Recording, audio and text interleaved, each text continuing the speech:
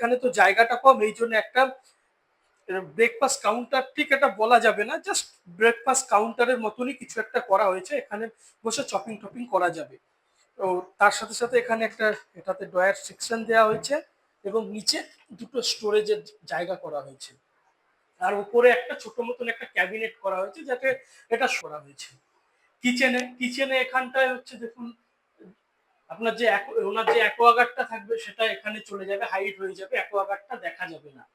তার সাথে সাথে উপরে ক্যাবিনেট ইউজ করা হয়েছে, এখানে একটা ডিসপ্লে করার জায়গা করা আছে, আর তার সাথে সাথে এখানে একটা চিমনি আছে এবং এখানে একটা ডিসপ্লের জায়গা আছে।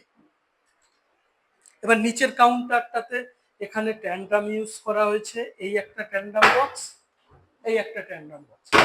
তার সাথে সাথে আপনার এসএস বাস্কেট ইউজ করা হয়েছে, এটা হচ্ছে কাটেলারির জন্য, এটা বাটি রাখার জন্য, আর এটা প্লেট রাখার জন্য। এই জায়গাটা একটা ছোট্ট মতন স্টোরেজ করে দেওয়া হয়েছে, কাস্টমারের ডিমান্ড ছিল তার জন্য, যাতে কোনো জিনিসপত্র সে রাখতে পারে।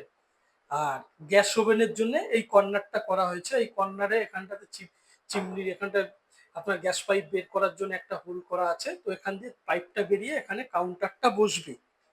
তার সাথে সাথে এখানে বেসিন আছে, বেসিনের নিচে করে জাস্ট নর্মালি রাখা হয়েছে।